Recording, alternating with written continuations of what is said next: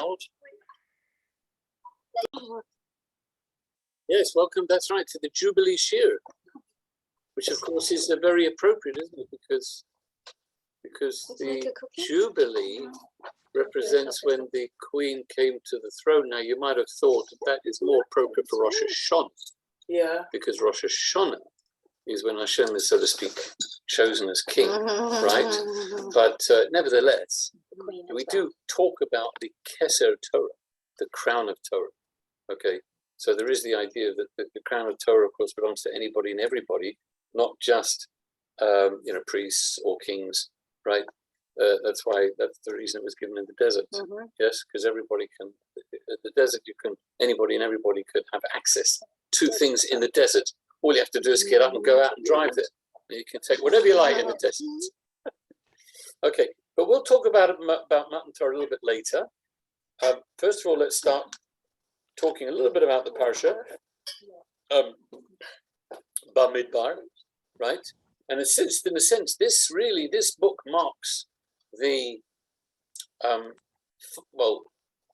a very significant stage in the whole process of creation.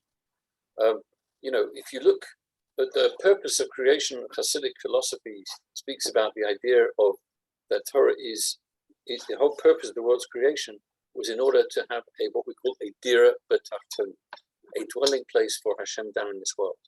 So the first book of Chumash speaks about the creation. Now, at the time of creation, of course, in order to have the dwelling in the Tachtonim, you have to have the Tachtonim, you have to have the dwelling place itself. But there was no real concept. It was only hidden, and only amongst the Avos, the forefathers, did we have the idea that really bringing God down into the world. So it was really devoid. It was called, in fact, the mystics called, it's in the Talmud actually as well, it's referred to as 2,000 years of tohu. Tohu, not tofu. Tohu, that's right. 2,000 years of tohu. And tohu means void, chaos, something like that, which was the 2,000 years before the Torah was given. Then we had the 2,000 years of Torah. So that was then the book of Shmos. We move on to the fact that the Torah was given in Shmos. The Jewish people are created as a nation. Their job in the world is to bring down God into the world. Then we move on to the book of Vayikra, where the Jews are they are commanded to build the Mishkan, the tabernacle, offer up sacrifices. And here we see that there is already now the beginning, if you like, of the Dira B'Tachtonim, the dwelling place down below, but within the realms of holiness, within the realms of Kedusha, which is the temple and sacrifices associated with it. Now we finally get to sort of some real sort of meat potatoes, Dira B'Tachtonim, shall we say, where the Jewish people are now going on their travels in the desert. They're leaving Har Sinai and they're on their way to Eretz Yisrael. So this book represents the final, if you like, shlemus, the perfection of the idea of Dira B'Tachtonim, the dwelling place in the lower worlds. This is what Bamidbar really is all about. So this is, in a way, you could look at it as being almost the most important book, even though not a lot of mitzvahs in the book, not a lot of listing. Listing of numbers. Yeah. And that is why actually we're going to talk about it. That the book is also called the book of countings, Chumash HaPekudei, right? And they're not just call it numbers. Why is it numbers? It doesn't just mean numbers. It means numbers of people, right? Census. This was the book of censuses, because they were always counting, yes? Always counting the Jews. How many of the Jews? There's different ways of counting them. Do you count by their tribes? Do you count them by their camps? Because there were 4 camps. 4 times 3 is 12. So right in the beginning of the Sedra, you have 2 countings. There are more, but you have countings, one according to the tribes, individual tribes, and then according to the camps, right after that. Then you have the counting of the Levites. So counting. Now, But are they, when we say how many people were in the desert, trying to figure out this morning? Between 20 and 60. No, I understand, but Yeah. the Levites, were they in that sum total, or No. Yeah, so when you say that there's a certain amount of population of Jews at that time, it doesn't include the Kohanim. It didn't include the Levites. Levium, funnily enough, Right, it did not. and what percentage is that? Well, the amount of Levium actually is actually quite low, if I'm not mistaken. When they started, in fact, counting the tribe of Levi,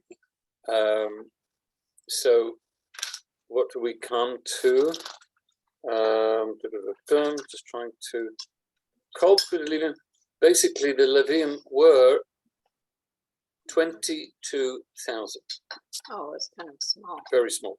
In fact, you might say, I think it'd be fair to say that was the smallest amount.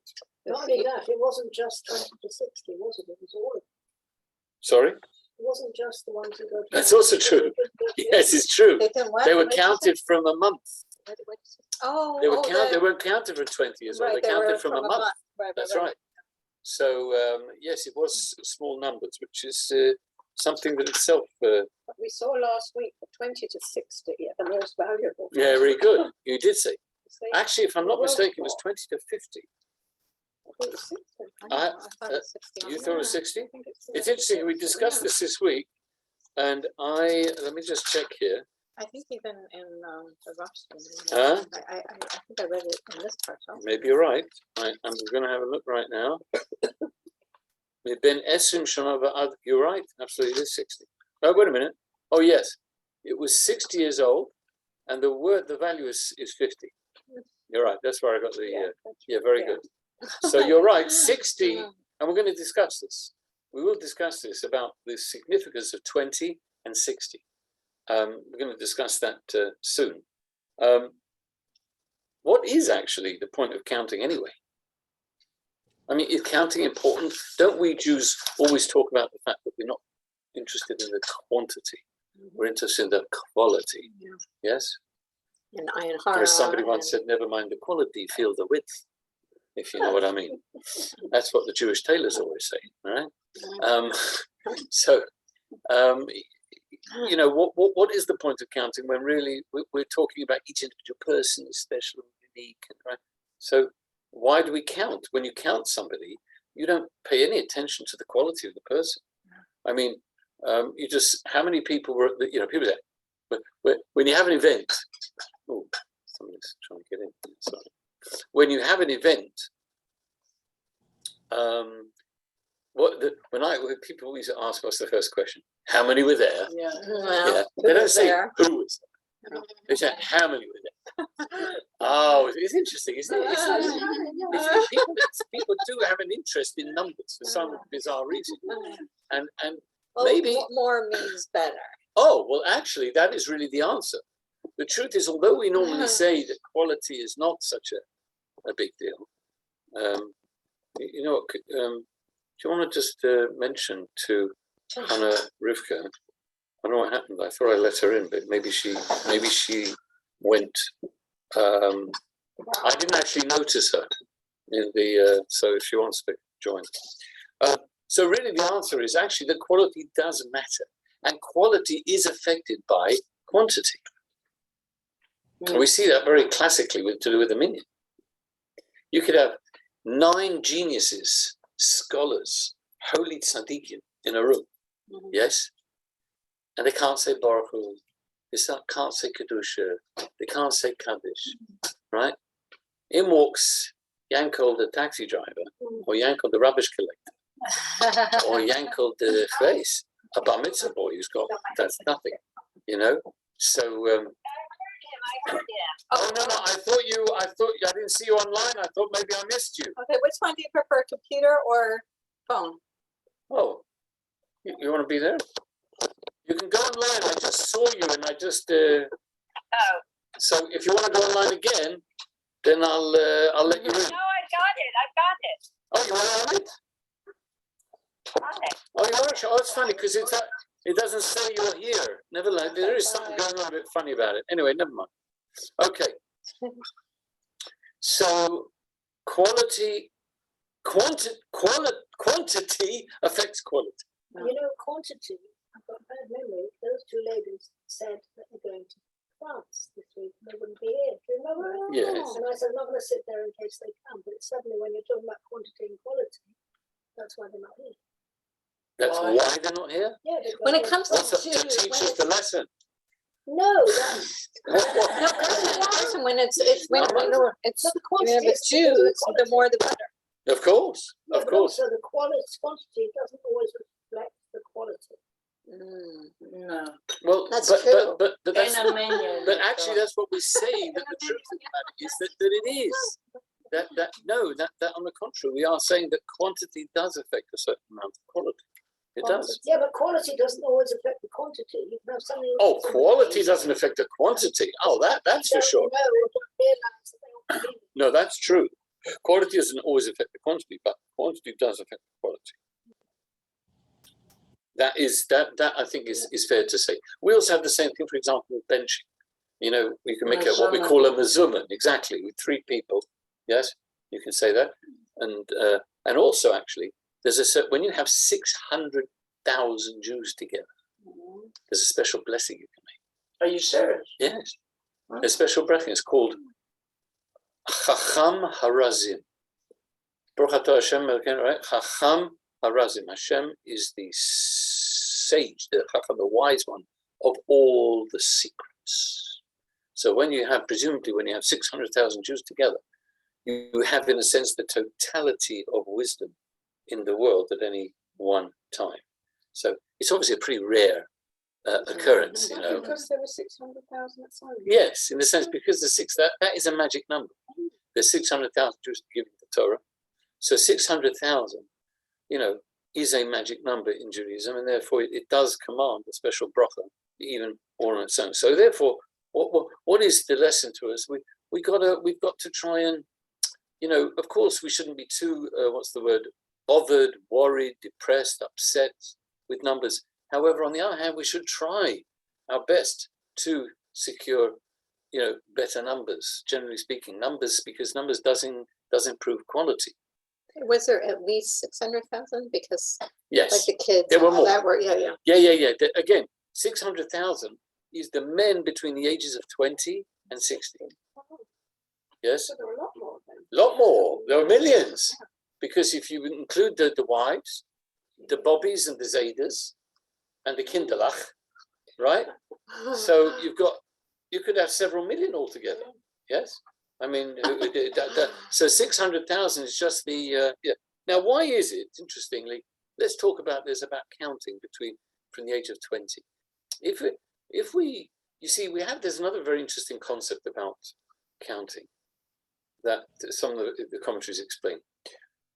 There's an expression that's called dover sheba minyan eino botla, which means like this. These are laws of kashrus. Oh, the 160. Yeah? The soup.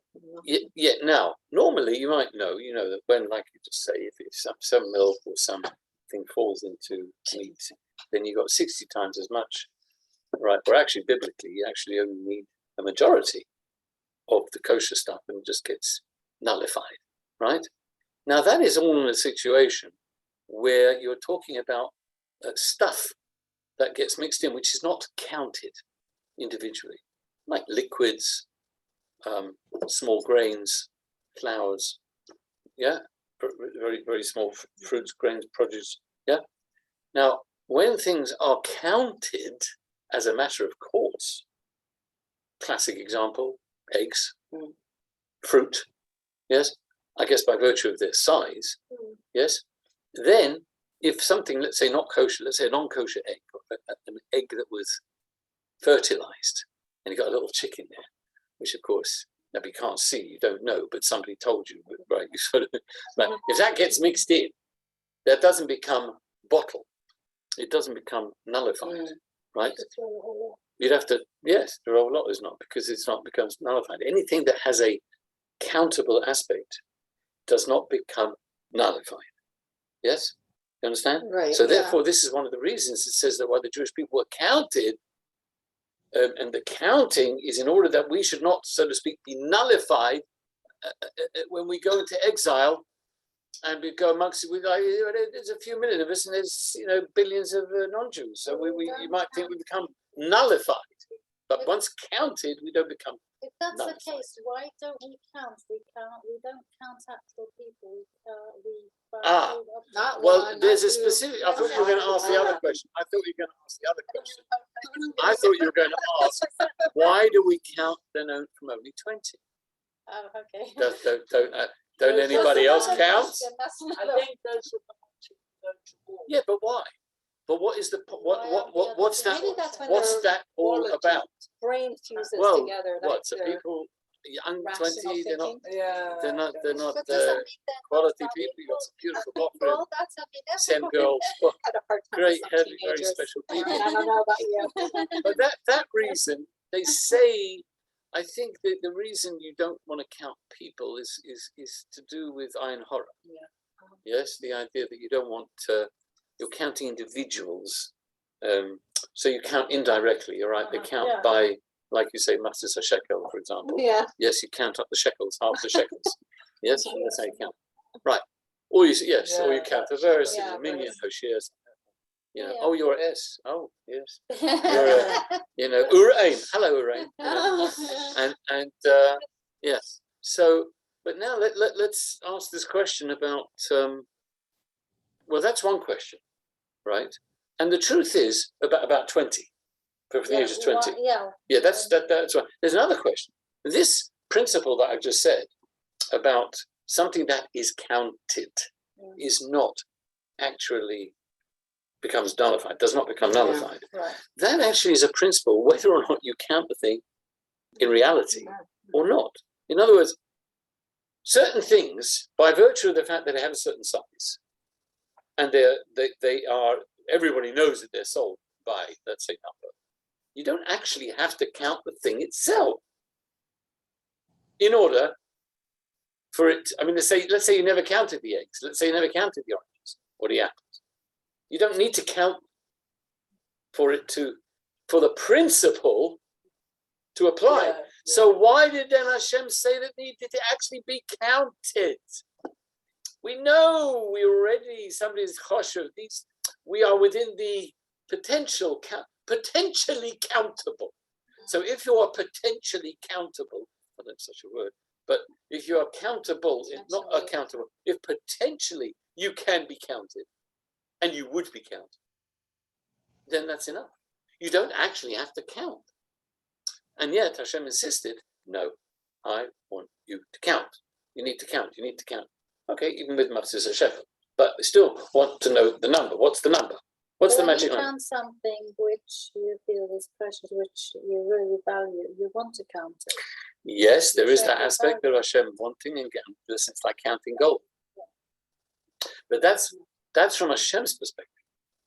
From Hashem's perspective, yes, he loves counting up his diamonds. Yeah, every Jew is a diamond.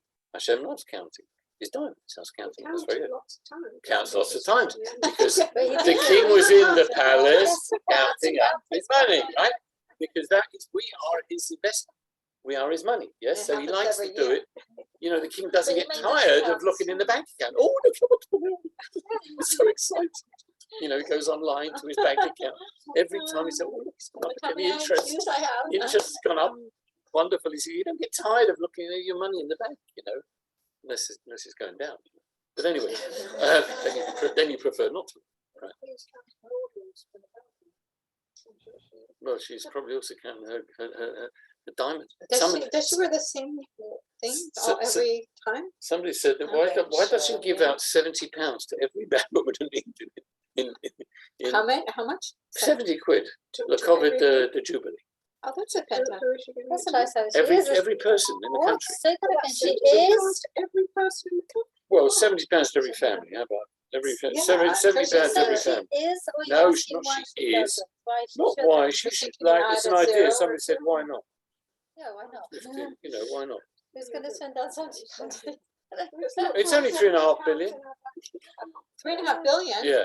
Well, if she gave 70 to every family, all right. If she put it this way, if she gave out to 100,000 people, 70 quid. the COVID, her thing, right? It would only be 70 million or 7 million or something. So what's the big deal? She gave $1 million, right, to 70 people, 70 million. Or she gave 70 quid to 1 million people. 70 million, she can handle that. No, she's got a few bob. She got a few bob in the bank. Anyway, it was an interesting suggestion. Would you do that if you were queen or king? I think it would start chaos because so many English people would say, "Oh, I didn't receive it. I changed my address." Yes, yes. But we digress a little bit. Let's get back to the question. So I'm sorry. It's a nice thought. Yeah. Yeah. Would you like your 70? There was a story years ago that Bernard Levin, the famous Sunday Times correspondent, Jewish chap, interesting chap, he told a story about a certain machine, money, what do they call it? The money machines, what do they call it? Oh, ATM. Cash machines that by a bank was broken one evening somewhere downtown and was spitting out £20 notes, just like that. Right? And guess what? Oh yeah. Guess what? There was a whole line, an orderly line of people lining up, taking turns to take their 20 quid. This really disturbed him, that everybody was lining up in orderly fashion. Like this was like, yes, taking turns in stealing. You know, it was like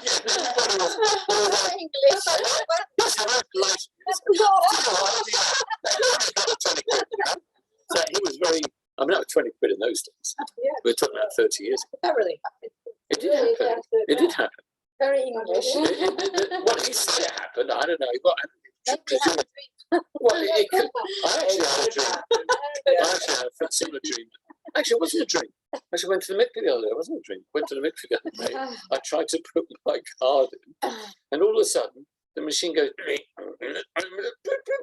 and he spits out 10 quid. It's costing you. And then it did it again. Give me another 10 quid. And which was interesting by divine providence because Joseph was there. It cost, I mean, it cost 20 quid for a bottle.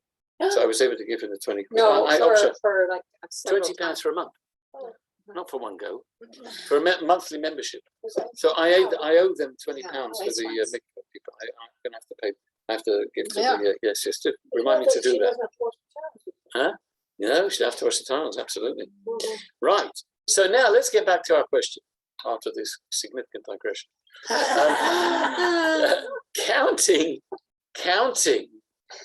You see, okay, let's get back to this idea of a dwelling place down here in the world. Of course, there is a sort of a spiritual impact to the Jews, and then there's a physical impact to the Jews. The Jews being here is a spiritual impact, but how much can they affect the world? Well, if you don't count them in reality, then they can have an effect, because there is the spiritual reality that these people are countable, right?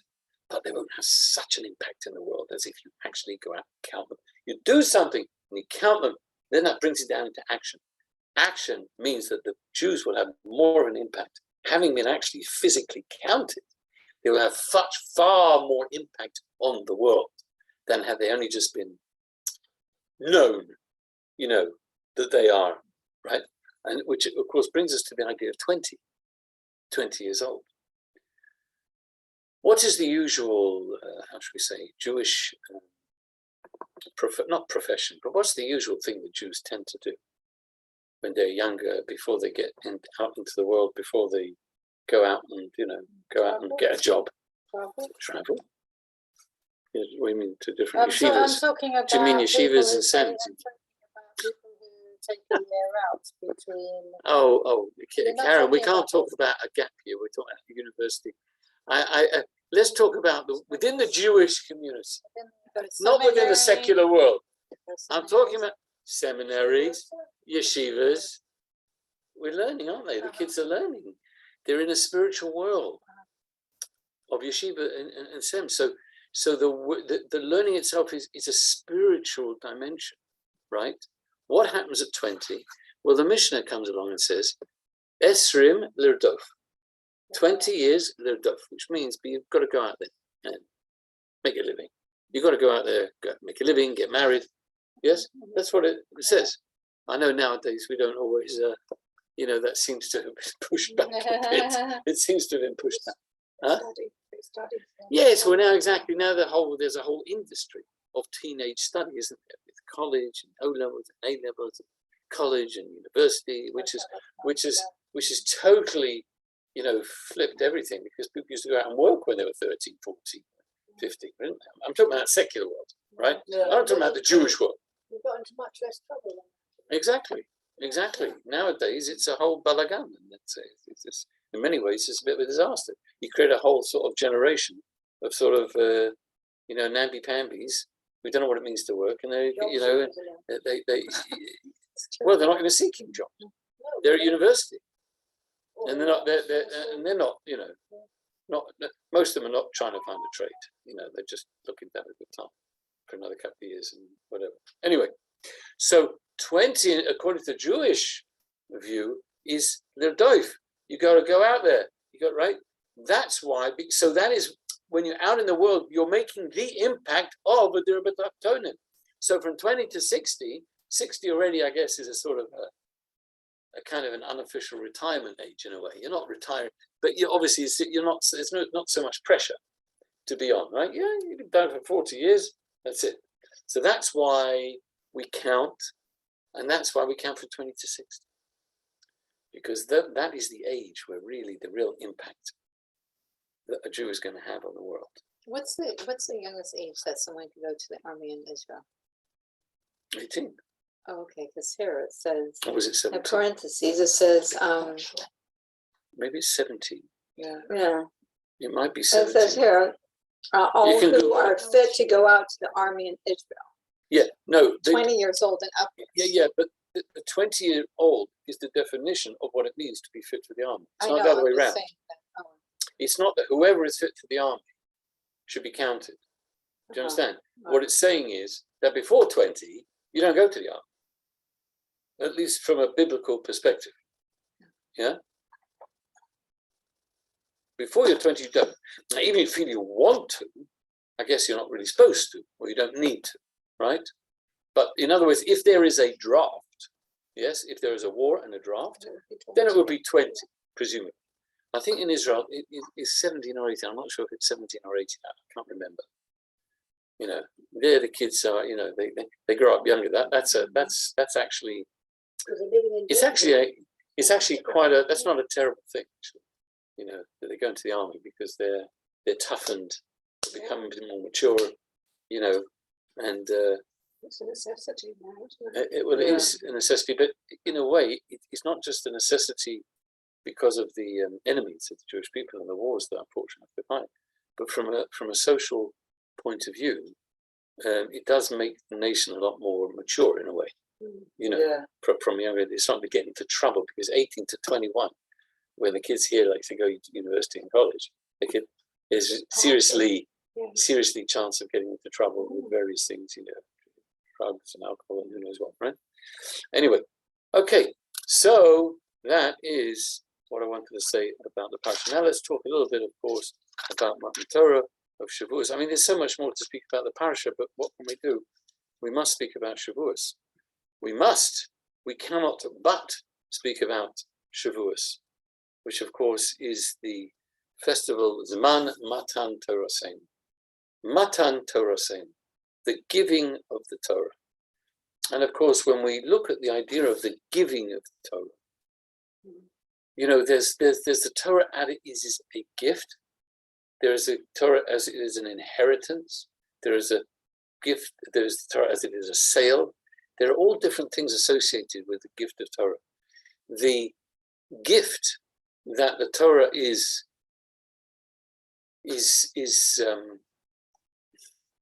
in the classic sense of the gift, is the first two commandments. The first two commandments. Anochi v'lo yeh lecha.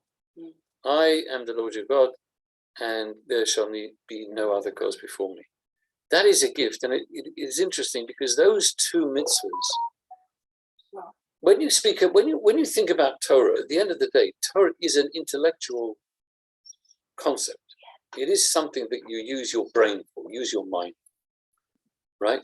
But the first two mitzvahs are mitzvahs that are higher than all the other mitzvahs. Because they give us the idea of emunah, faith, and kabbalas ol, taking upon ourselves the yoke of heaven. And that is absolutely crucial. Those two things, that's why we have to hear them from Hashem himself. Only from Hashem himself. Because to get from Moshe Rabbeinu, fine. There are, actually, it's interesting, some say they heard the rest of the Ten Commandments, they didn't even really understand what they were saying, what they were saying. I mean, it's very hard to understand the psychedelic experience that they had at that time. I say psychedelic in the sense of synthetically. Psychedelic means when you're like on drugs. Yeah. You know, in fact, some people say that. How do you know the Jews weren't just having mushrooms and they imagined the song God? Some people say that. You know, they found some mushrooms in the desert. They were saying super psychedelic drugs and imagined this whole thing, right? Nonsense. Huh? Yeah. Well, mushrooms. Yeah. I guess some. There are some. Huh? I don't know. I'm not really an expert in that. Far from it.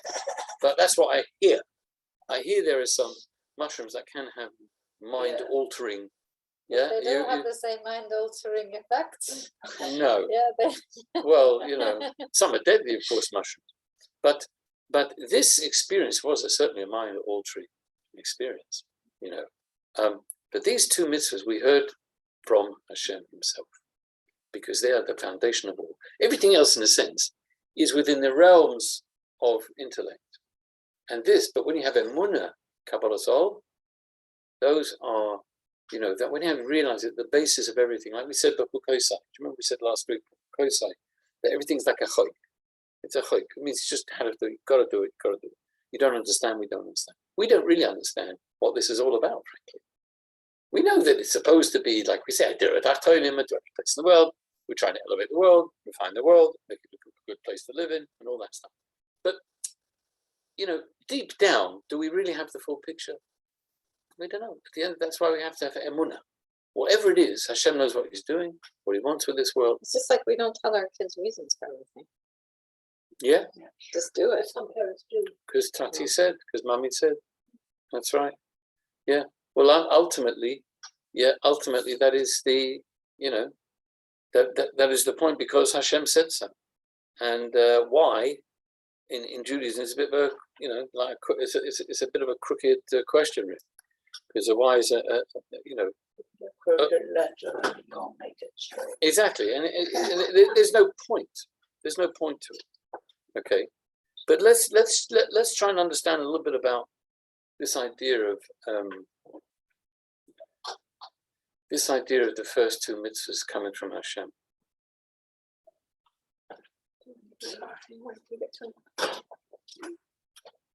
Now, before I do that, let me just discuss another point, that there's an interesting machlokas, how do you translate machlokas? A difference of opinion, yes? A difference of opinion between Rabbi Shmuel in the Talmud and Rabbi Akiva about the commands, about giving the Torah. Now, Rabbi Shmuel says that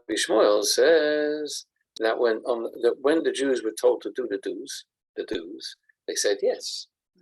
And when Hashem told to do the don'ts, they said no. Yeah, no, we won't do it. Yeah. Rabbi Akiva says no.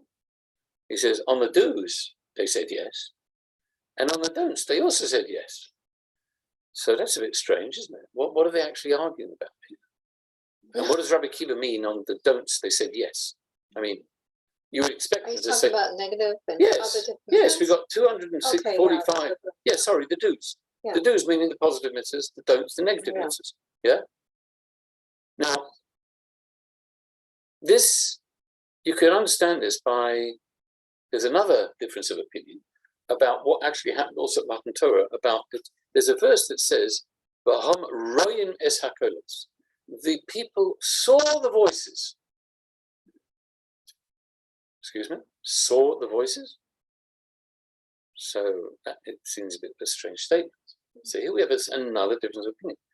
Rabbi Ishmael says that they saw that which is seen and they heard that which is heard. Rabbi Akiva says, They saw that which is heard, and they heard that which is seen. Oh, it's like, oh, It's that's totally right. different. That explains the verse. They heard the voices. Sorry, they saw the voices, because that doesn't make any sense to see voices. Yes. So, what does that actually mean?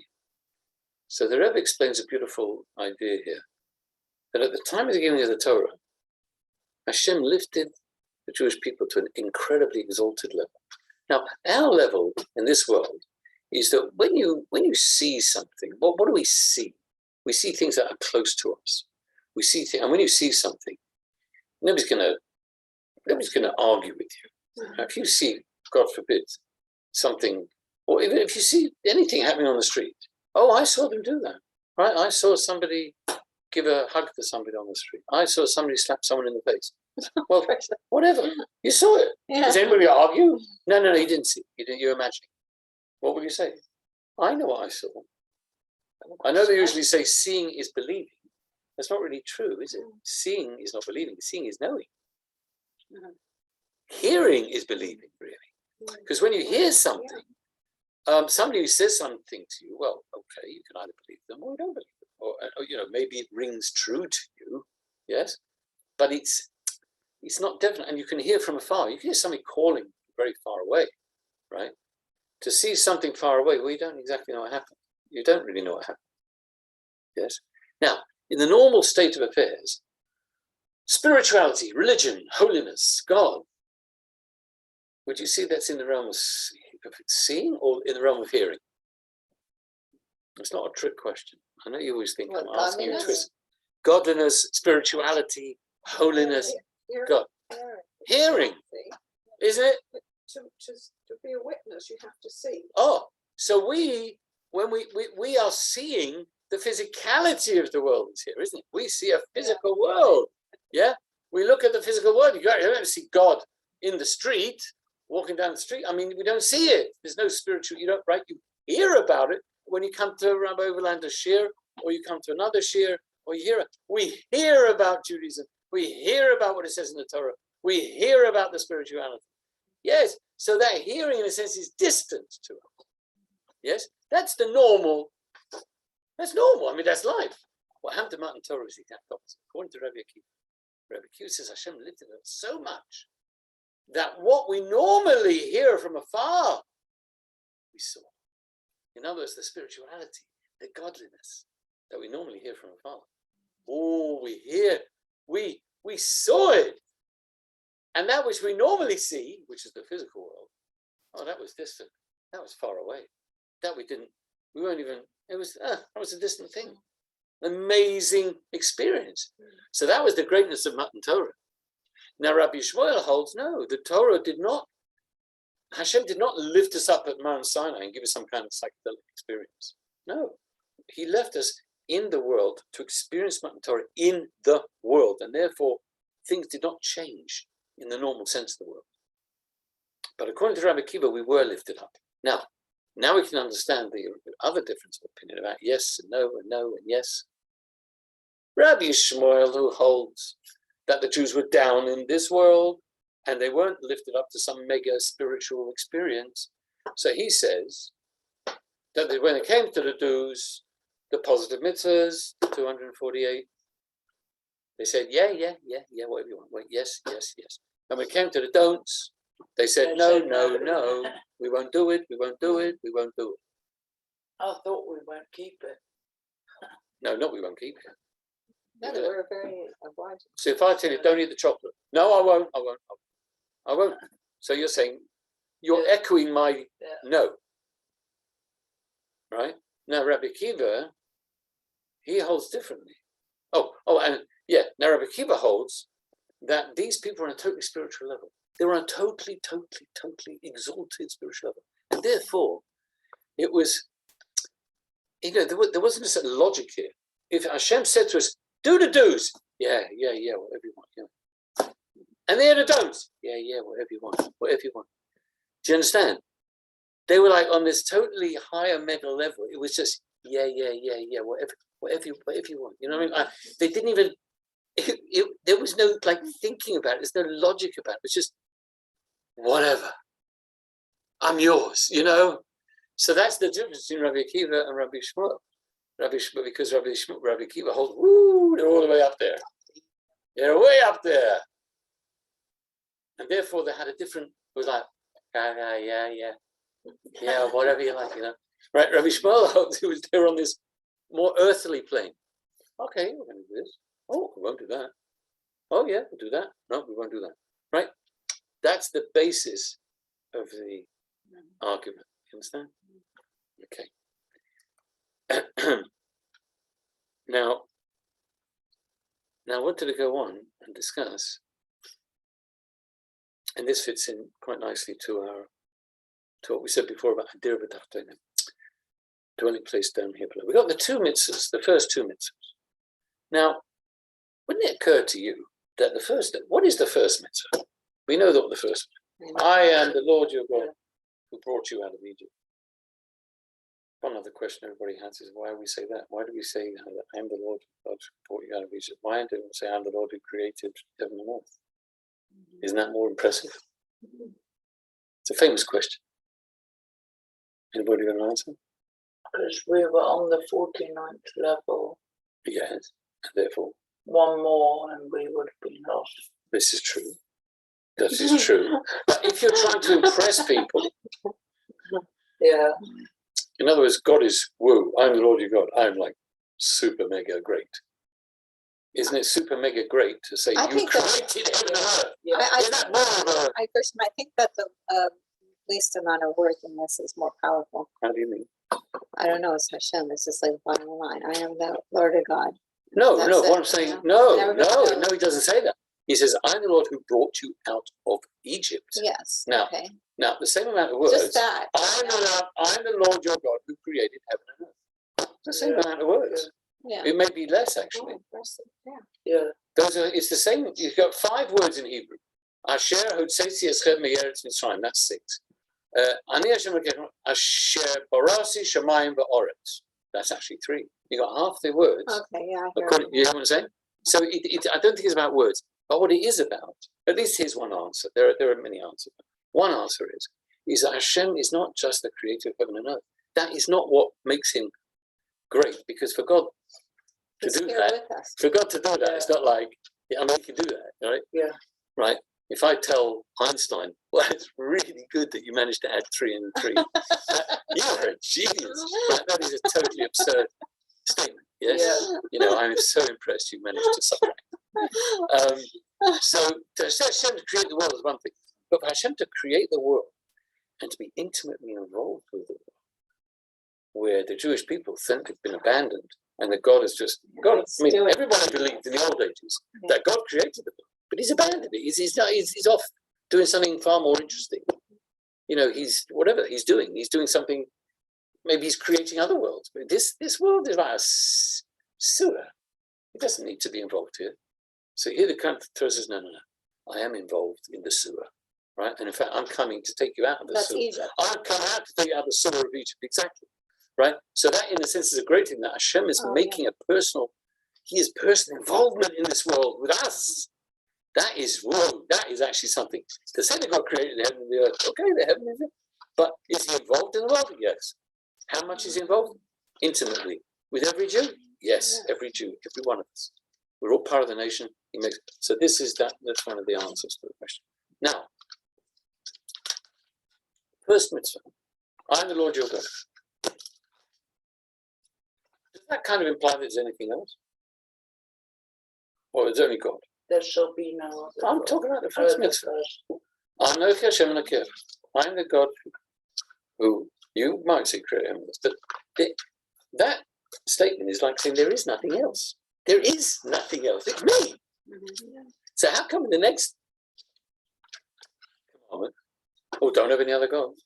That kind of almost gives existence and credence to other gods. Yeah. What's going on here?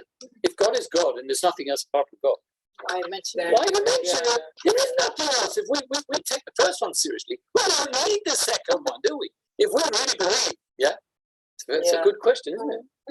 Did you ever have that question? It's the sort of question the Rabbi asked, because the Rabbi asked. But it could be even money. Money. Yeah, people who get obsessed with money look at it That as becomes their the idol. goal. Yeah, yeah. Well, that is true. Yeah. People have different gods. Yeah. Yeah. But I think in this classic sense, we are talking about idols. God. Yeah, like literally that people think that these Yeah. things are somehow, have Somehow some kind of real power. I mean, you are definitely right. People do worship many things in the physical world, which is even more daft than worshipping, like images. But so here's the thing. This is what the Rebbe explains like this. You see, it far from being a contradiction to this, and like an apparent contradiction. Actually, this second mitzvah, these two go hand in hand. They're really two sides of a coin, a special coin Hashem is giving us. Because you see, what does Hashem wants us to be partners in creation? I don't know if you know that. It's not just us doing what Hashem wants. Yes, sir, no, sir, 3 bags full, sir. That many people just think that we're just little robots running around. Got to do this, got to do that, don't do this, don't do that, do this, don't do that. And that's all I do. What else am I supposed to do? No, Hashem is looking to us to be His partners in Maaseh in creation and bringing godliness down into the world. We are His partners. Now, how can you become a partner with Hashem? By doing mitzvahs, exactly. But here's the kunz, you see. Doing mitzvahs is a function of free will. Because if you don't have a mitzvah to do, there's no free choice to do it or not to do it.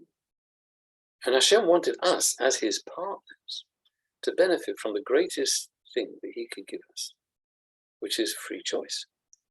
Because nothing trumps free choice. Nothing else in the world has free choice. Nothing in the world except a Yid, a Jew who has the mitzvahs. He has free choice. And free choice is a fantastic, God has given us that gift to us because He chose to create the world. He's the only one who can choose. Now we can choose to do certain things. We choose to do the mitzvahs or not. So therefore, from our perspective, not from His perspective, there's only God. There's no idols, there's nothing. But from our perspective, the fact that the world seems to be independent and it seems to be there are forces here and forces there that seem to be ungodly and even working against God and even idolatrous. Well, that is because if you don't have the existence of evil, then you don't have free choice. You don't have free choice. If you don't have that existence of evil. So therefore, Hashem had to, and therefore He says, look, I'm going to put into the world negative forces, but I don't have anything to do with them. You must choose. You must choose not to go after them. That's what makes it, it's not a contradiction. So once we have the free choice, now we can negate that, neglect it, ignore it, and now we'll choose the right way, and now we bring Hashem into the world. We are His partners. We have that free choice. So those two mitzvahs are actually crucial parts of the mission itself. It's like a test, really. 100% is a test. Everything. I heard this week or last week, I heard that that one of the main 3 things a person from Ramchal or Moshe Chaim Luzzatto is to in the world is to serve Hashem, but to daven, to pray. There were 3 things. I found the first one. The second one is to serve Hashem through davening, through serving Him, and the third one is to stand by tests. Stand by tests. He says this is the ikar purpose of man, the main purpose of creation. So it is a test. And of course, if you don't have free choice, there's no test because Hashem wanted us to achieve something. Achievement can only come if you have free choice. You cannot have it without free choice. Choose, right? Now, God says that you've got to do what you've got to do. And yet, you have to believe that it's something to do with what you did in school. And that is really very difficult. I was reading Shiur Bashkin. He has to do what he has to do. He has to get lawyers. He has to try. Yeah. And he has to say the whole time, but it's nothing to do with them. God will decide. So you say, she's got to set the table. She's got to wash up. if she doesn't do it, it won't get done. But she knows that it's God who's doing it. Well, it's a contradiction. What do you mean God doing it? God decides. God is whether not you're gonna getting the win or not. lawyers. God is not doing the natural thing. God is not doing or laying the table. God is If you not don't lay the executing. table Friday night, It won't get exactly, it won't get there. It doesn't get laid on its own. But do you understand that Putin would not be doing his Mishigasan if God didn't let him? Oh, please. It's not about it's not, of course, you are confusing. Hold on 1 second, if I may just finish off it. You must not confuse God allowing evil to happen. Hold on. Don't confuse that. Why does Hashem allow certain things and not allow other things?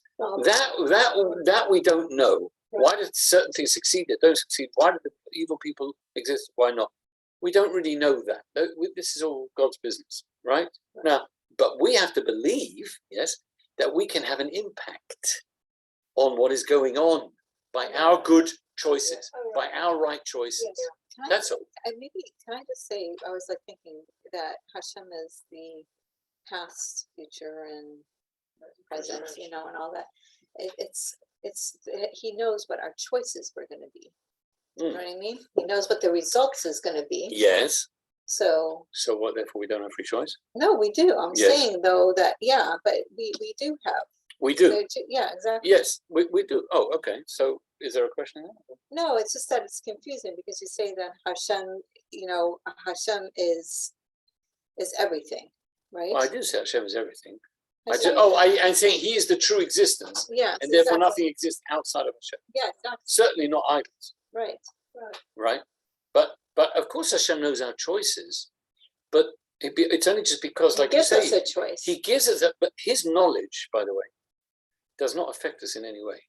No, I understand, but because Hashem knows our decisions. Yeah, in He advance. knows, and exactly. Yeah, but and He knows what the end result's going to be. Yeah. We still have free choice. Yes, 100%. Yeah. But when we make that choice, we still have to be mindful of the fact that it's God who's allowing it, and if it were not for God, we couldn't do it. It's a very hard combination of feelings. I have to water the plants or they'll die. And you have to believe that it's only God who makes them grow. It's not really me. And that's odd. But okay, but you're talking on a much higher level in a sense, Mrs. No, but emunah means believing that it's not you, doesn't it? Yes, but the same emunah that you believe tells you that for some reason that you don't even understand, Hashem wants you to water the flowers anyway. Yeah. Now, why does He want you to water the flowers? If it's up to Him, right? If it's up to Him, then why water the flowers? Why does He want you to water the flowers? To make it look like really it was the water that you water the flowers. But why do you want to do that? But I guess the answer is because, or part of the answer is because He wants us to achieve from our perspective. You see, now we could be handed everything on a silver platter. Yes, everything we could have on a silver platter. You could do that. You click His fingers, everybody be happy, wealthy, healthy, and live for 1,000 years. Wait, can't do that? Yeah, we'd all be wrong. Exactly. Where would the achievement be? No achievement. Exactly. Hashem wants us to feel a sense of achievement. So therefore, there has to be a sense of evil, a true existence of evil, and then the command to ignore it. Yeah. That's the free choice. Yes. So you play your part, because Hashem, He knows what we're like. We create this in a way that we'd appreciate achievement. Like we always say, a person prefers to earn £1 of his own than be given £9 by somebody else. Well, sometimes people. We've discussed this. People like, I know, in a benefit society, that's a controversial statement. But the point is, sometimes you may need to. Sometimes you may need to get the 9. Yes, yeah. It's not. We're not saying that sometimes a person needs, help, whatever. Yeah. We're not saying that. But a person still prefers if he could get by himself. He doesn't want to be. If a person was wealthy enough, they shouldn't have to take any welfare, let's say, or any gifts from anybody. they would prefer that, right? Because it's the work of your own hands. Yeah. It's a preference. Yeah. Anyway, I see everybody's packing up, so I like to leave. I like to leave before my audience starts. So I will wish you all a happy I'll see Shavuos, you next week, Wednesday. well over the cheesecake, Monday, I'm and gonna say Monday, and may we all Wednesday receive and the Thursday, Torah maybe. simcha b'pnimis in And I owe you with joy lunch. and inspiration. And Yeah, thank we'll you come back. for listening. Let's do it. Yeah, we've got a lot going on. Thanks, Yeah. good job.